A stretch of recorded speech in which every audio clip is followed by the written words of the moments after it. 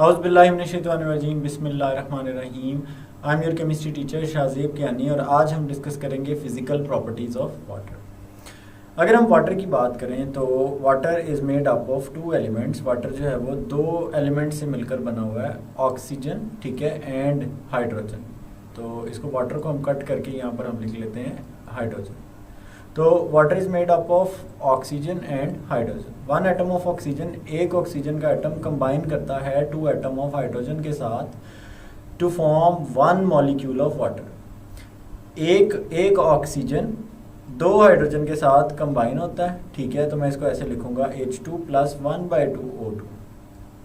Half O2 का मतलब है एक एटम और ये बना देता है H2O, ठीक है। इसकी थोड़ी करेक्शन कर लीजिएगा, यहाँ पर और यहाँ पर आएगा हाइड्रोजन, ठीक है।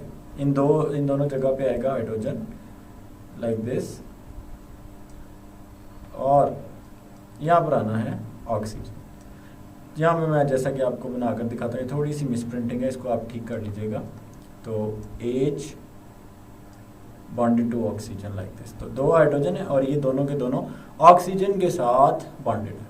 तो water is composed up of two elements, one oxygen and two hydrogen atoms. Pure water की अगर हम बात करें, पानी सबने देखा है, वाटर इज क्लियर, ठीक है, बिल्कुल शफाफ, कलरलेस, कोई इसका कलर नहीं होता, कोई इसकी स्मेल नहीं होती और इसका कोई टेस्ट नहीं होता। अल्लाह ताला ने वाटर को बड़ा ही कमाल तरीके से बनाया। तो pure water is clear, colourless, odourless and tasteless, ठीक है। जैसा कि अल्लाह ताला कुरान में भी फरमाता है कि अफराइतुम माल्लाज़ी तशरबून, के क्या तुम उस पानी को नहीं देखते जो तुम पीते हो। तो अगर हम पानी को देखें, कलरलेस है, शेपलेस है, उसका कोई वॉल्यूम नहीं है, उसका कोई टेस्ट नहीं है, उसका कोई ऑर्डर नहीं है, वो बिल्कुल ट्रांसपेरेंट है, तो वह किसी मौजज़े से कम नहीं है to me, because water is a miracle. और लिक्विड वाटर की अगर हम बात करें तो लिक्विड वाटर की जो प्रॉपर्टीज़ हैं वो भी तमाम तर दूसरे सॉल्वेंट से जुदा है। किसी भी सॉल्वेंट में इतनी कमाल खासियत मौजूद नहीं है जो कि वाटर में मौजूद है। It is neutral to litmus.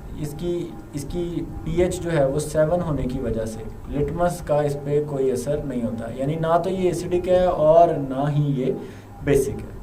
The reason is that water is neutral, so it does not have any effect on the red litmus. It does not turn the red litmus blue, or it does not turn the blue litmus red. For example, अगर इसमें आप blue litmus add करते हैं like this, आप ये देखें, पानी में blue litmus जब ऐड किया जाता है तो blue litmus का कलर बिल्कुल भी चेंज नहीं होता, सेम एज इट इज़ रहता है। और जब पानी में रेड लिटमस ऐड किया जाता है तो रेड लिटमस का कलर भी चेंज नहीं होता, वो भी एज इट इज़ रहता है। अगर हम बात करें, it's freezing point is 0 degree Celsius. इसका जो फ्रीजिंग पॉइंट है वो 0 डिग्री सेल्सियस है। 0 डिग्री सेल्सियस पे वाटर फ्रीज करके आइस में कन्वर्ट हो जाता है। And boiling point of water is 100 degree Celsius. 100 degree Celsius पर वाटर का इंटरनल प्रेशर इसके ऊपर पड़ने वाले एक्सटर्नल प्रेशर के बराबर हो जाता है एट सी लेवल। अगर हम बात करें पानी की डेंसिटी की, तो पानी की जो मैक्सिमम डेंसिटी है वो है 1 gram per centimetre cube at 4 degree Celsius. याद रखें, 0 डिग्री सेल्सियस पर due to the creation of free spaces पानी की डेंसिटी 1 से कम हो जाती है, 0.917 ग्राम पर सेंटीमीटर क्यूब हो जाती है, ठीक है, जो कि लिक्विड वाटर की डेंसिटी से कम है। और अगर हम 4 डिग्री सेल्सियस पर वाटर की डेंसिटी की बात करें तो वो है हमारे पास 1.0 ग्राम पर सेंटीमीटर क्यूब। तो वाटर, लिक्विड वाटर जब 4 डिग्री सेल्सियस पर है उसकी डेंसिटी ज़्यादा है as compare to the ice. That is why ice floats on water.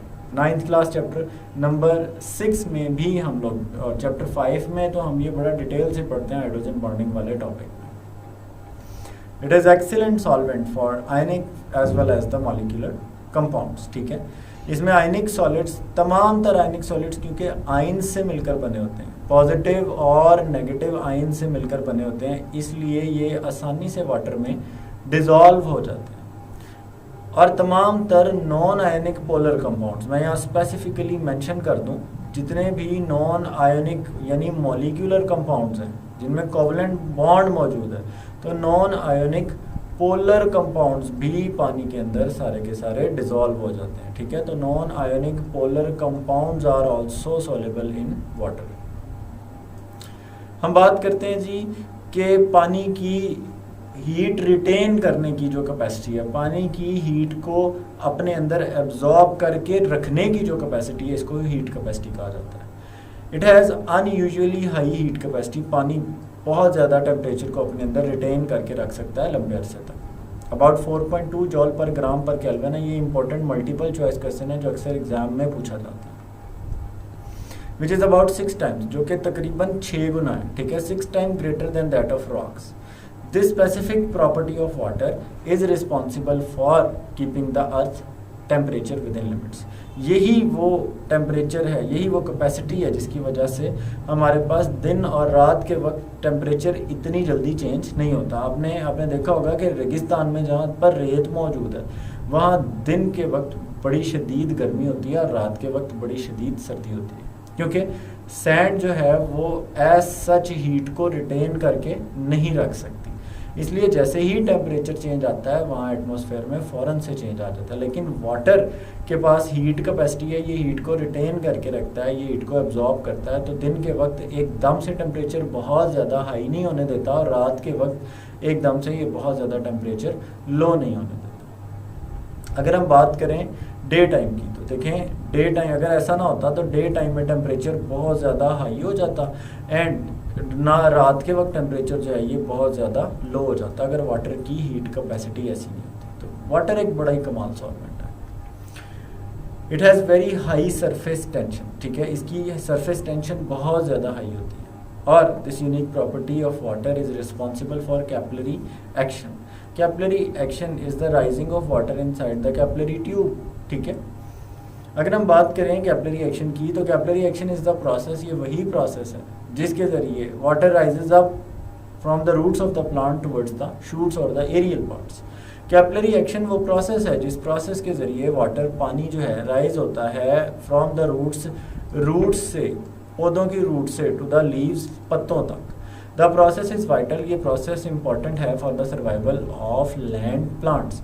आप देखें कि कई 100 फुट के दरख्त होते हैं और रूट्स से पानी जो है वो ट्रैवल करता करता स्टेम से होता हुआ ये शूट्स और फिर तमाम तर पौधे के एरियल पार्ट्स तक, तमाम तर पत्तों तक पहुंच जाता है। तो ये जो प्रॉपर्टी है पानी की, यहाँ पर खैर दो चीज़ें हैं, एक ट्रांसपायरेशनल पुल अपना बड़ा अहम किरदार अदा करती है और नो डाउट दूसरा कैपिलरी एक्शन है। तो यही वजह है कि शूट तक या लीफ तक पानी जो है वो पहुंच जाता है ड्यू टू कैपिलरी एक्शन, ठीक है। तो ये थी हमारे पास सारी की सारी फिजिकल प्रॉपर्टीज़ ऑफ वाटर। उम्मीद है आपको ये लेक्चर समझ आया। See you guys in my next video, take care, अल्लाह हाफिज़।